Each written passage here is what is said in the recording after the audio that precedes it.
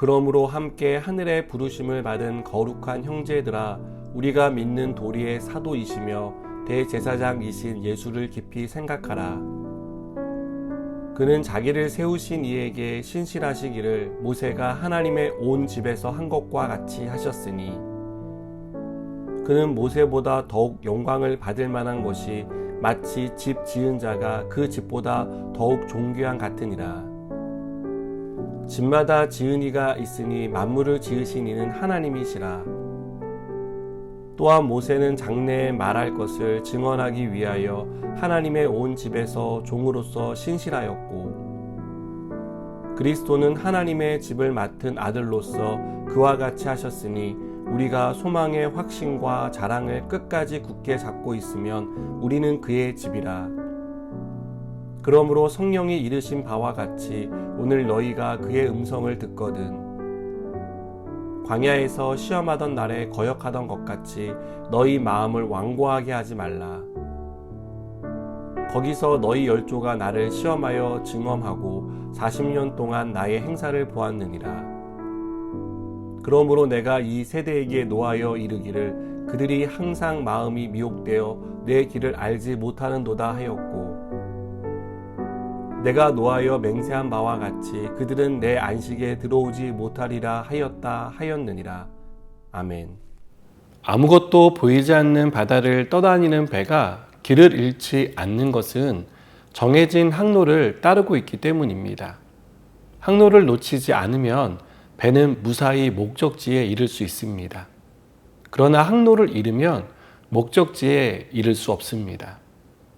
히브리서 기자는 이 편지를 받는 성도들을 하늘의 부르심을 받은 거룩한 형제라고 부릅니다.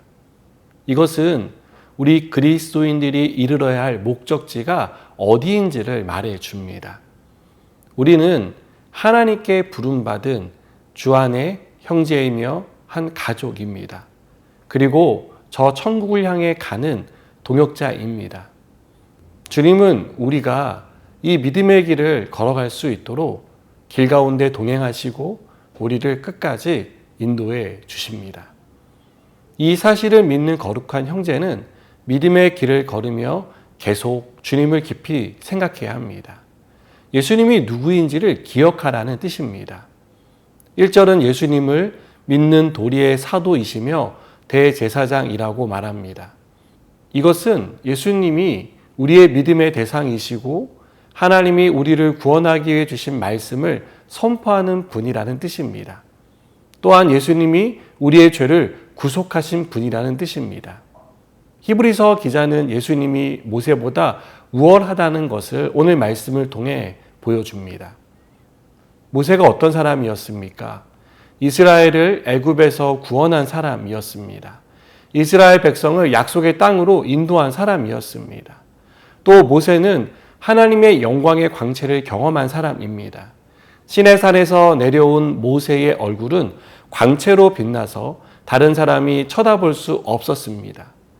모세는 죽을 때까지 신실했고 하나님을 섬기며 맡겨주신 사명에 충성한 충직한 종이었습니다. 예수님은 우리를 죄에서 구원하신 구원자입니다.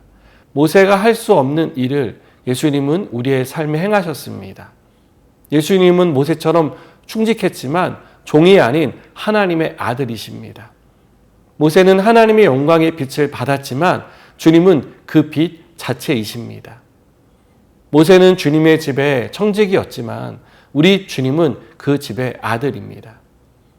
여러분, 예수님이 깊이 생각한다는 것은 우리가 믿고 따르는 예수님이 모세보다 우월한 분이라는 사실을 기억하는 것입니다.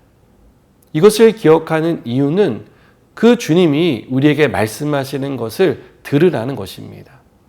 우리가 하늘의 부르심을 받은 거룩한 사람이라면 우리는 당연히 하늘로부터 오는 주님의 음성을 들어야 하고 따라야 합니다. 하늘로부터 오는 주님의 음성은 이미 말씀으로 우리에게 주어졌습니다. 하나님 우리에게 성경을 주셨고 그 성경을 듣고 읽고 묵상하며 따르라고 말씀합니다. 그것이 우리를 하나님을 거역하던 삶에서 돌이키게 할 것입니다. 완고한 마음을 깨뜨리시고 부드러운 마음으로 바꾸실 것입니다. 광야에서 하나님을 거역했던 이스라엘 백성은 완고한 마음을 가지고 있었습니다. 그들의 마음이 완고해진 이유는 하나님의 말씀을 듣지 않았기 때문입니다. 그들이 광야에서 40년을 방황했던 이유는 말씀을 듣지 않는 완고한 마음에 있었다는 것을 잊지 마시기 바랍니다. 10절에 미혹이라는 단어가 나오는데요. 이 단어는 길을 잃다는 뜻을 가지고 있습니다. 미혹된 사람, 즉 길을 잃은 사람은 하나님의 길을 알 수 없습니다.